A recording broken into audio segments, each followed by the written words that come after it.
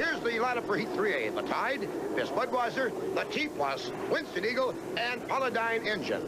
And that's the way they're going to line up on the course in their respective lanes. The inside lane going to the Tide to the right of your screen as we look down from our helicopter shot.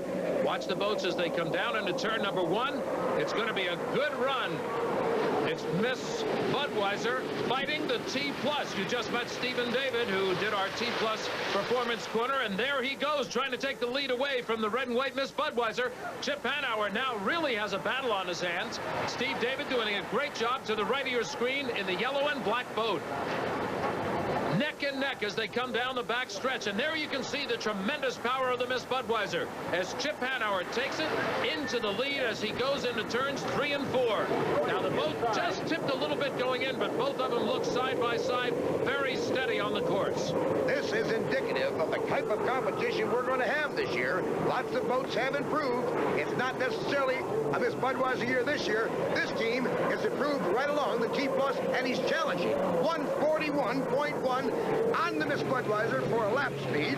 They are now on lap number 2. They raced 3 laps in preliminaries, 5 laps in the final. So T+ keeps the pressure on. Miss Budweiser is the lead boat, but T+ is sitting right in the back of that rooster tail, just off the back end of the Miss Budweiser. Meanwhile, the Tide boat is right up in there. Tide has moved up onto the inside of the T+, and it's going to be a challenge race for second place. Miss Budweiser has no competition out front. She's concerned about everything behind. Winston Eagle is still fighting it out, trying to get up into that pack. Winston Eagle got a little bit of a rough start and was not able to catch the rest of the pack once they took off, but he'll hold solid in 4th place for this race at this point. Miss Budweiser coming down. There's your challenge on the outside by the T+, and you can just barely see a little bit of a nick of the Tide as he continues to close in on T+. Now, Winston Eagle last year did not win a race. They were disappointed. This year, Steve Boomer says, we want to be consistent. I think they will be. It was an amazing season because they actually set some records in qualifying and such, and everybody thought that they were going to be the fast boat. But sometimes when you go that hard, you break things, and they broke last year. Here's the Tide boat. George Woods Jr., he's closing in on the back end of the T+. T+ goes far to the outside. Tide comes up on the inside. Your lead boat is the Miss Budweiser. A lot of eyes are focusing now on second place. There's the checkered flag for the Miss Budweiser. Chip Hanauer will take the win. Tide is now passed into second place. So Tide will finish second. T+ will finish third. What a great race for second as George Woods Jr. claims 300 points. Miss Budweiser takes the win. Miss T+ third. Winston Eagle fourth. Paladine Specialties did not start. Actually, come right down to it. Every time you go out, the wind changes on this course. Yeah, I think it changes 2 or 3 times while we're out there. And it's what it's doing at the dock. And then when you start the motor, have nothing in common. I noticed that some of the boats will fly off of a corner, and one time the wind turns around, you got the wind coming down the back chute the wrong way. Yeah, it's just a mess out there, and there's nothing predictable. So I think that's how you have to drive, is just taking everything as being temporary and know that's going to change. Bernie, any strategy now for your team for the final? Well, yeah, we have some. It's so secret that I don't know it, and neither does Chip. But we'll work on it, and we'll be in there for the final, Jim. Thank you. These fans were certainly excited by the finish by the Miss Budweiser, but I think equally excited for the Tide in that second place finish. As we look down on the huge spectator fleet here at Louisville Lake, all these fans getting ready for Heat 3B. Let's take a look at the lineup. It's going to be in lane 1, American Spirit, Mark Evans. Miss Circus Circus will be in lane 2, Kellogg's Frosted Flakes, lane 3. And rounding out the field, Superior Racing in lane 4. But as we look at the start and they take the green flag, there's only 2 boats. It's going to be a drag race. What a drag race, though. These 2 boats are very, very equal. It's Kellogg's Frosted Flakes, Mike Hansen out of Madison, Indiana, in the lead as they go down into the turn. But look at Circus Circus right on the inside, pink and white. And it's going to be Circus Circus. Dave Bilwak will take the lead coming out of turn number 2, and Mike Hansen is not letting up on him at all.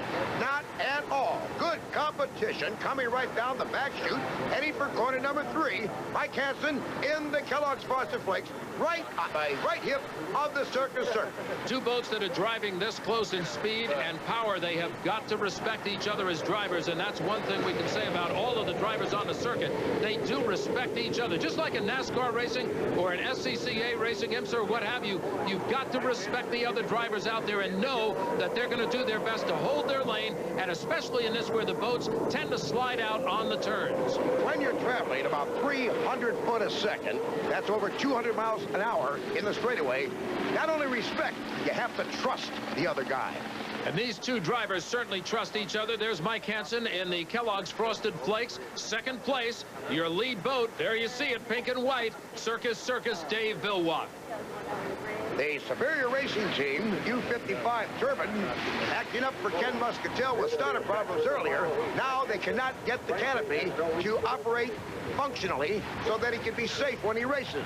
And engine problems, the Dallas Motor Coach held out of this race. Mark Evans not in competition. A beautiful shot as out of turn number 4 comes the Circus.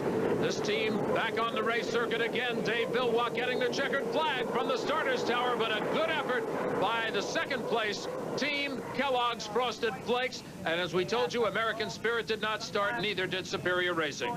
Now let's go down the pits right now to the winner's circle. Well, Dave, you've been trying different things all day, even put a new prop on right before this one. Have you got the combination it's going to need? Yeah, that's not the one. We know that. So we're going to go back to some other things that we did earlier when we set the course record. So the team's working real well. Dan Walters, all the guys on the team really gelling, you know, and it's really good for me to see that, you know, as our team's coming together and we're growing and doing better and better as we go. Right now, we're going to turn our attention to the last chance heat. Now, this gives the boats an opportunity to qualify for that final heat. These are 3 boats that do not have enough points to move into the final heat. Whichever boat wins in this one will move into the trailer position in the championship field. We only have 2 boats that are actually going to take the start. Neither one of these boats have started earlier today. We have, first of all, the Superior Racing Team boat, Kent Muscatel. That's the blue and yellow boat on the inside. Mitch Evans is on the outside in the Polydyne boat. So let's watch these 2 drag race down. They don't know what these boats can do. Neither one of them have really been out on the race course yet today. The boat on the inside, the yellow and blue boat, has a great history. It has been, well, it started out as the Pay and Pack boat, went through Cellular One and several others. Now it is the Superior Racing Team. Ken Muscatel, he's got a bevy of owners interested in this boat because it's kind of a historical boat. He himself has been very interested in the history of unlimited hydroplane racing. So he got back in and actually took over the cockpit last year. There you see the Polydyne engine boat. That is the only piston boat in the field. Everything else is turbine. Don't count this boat out on the main circuit.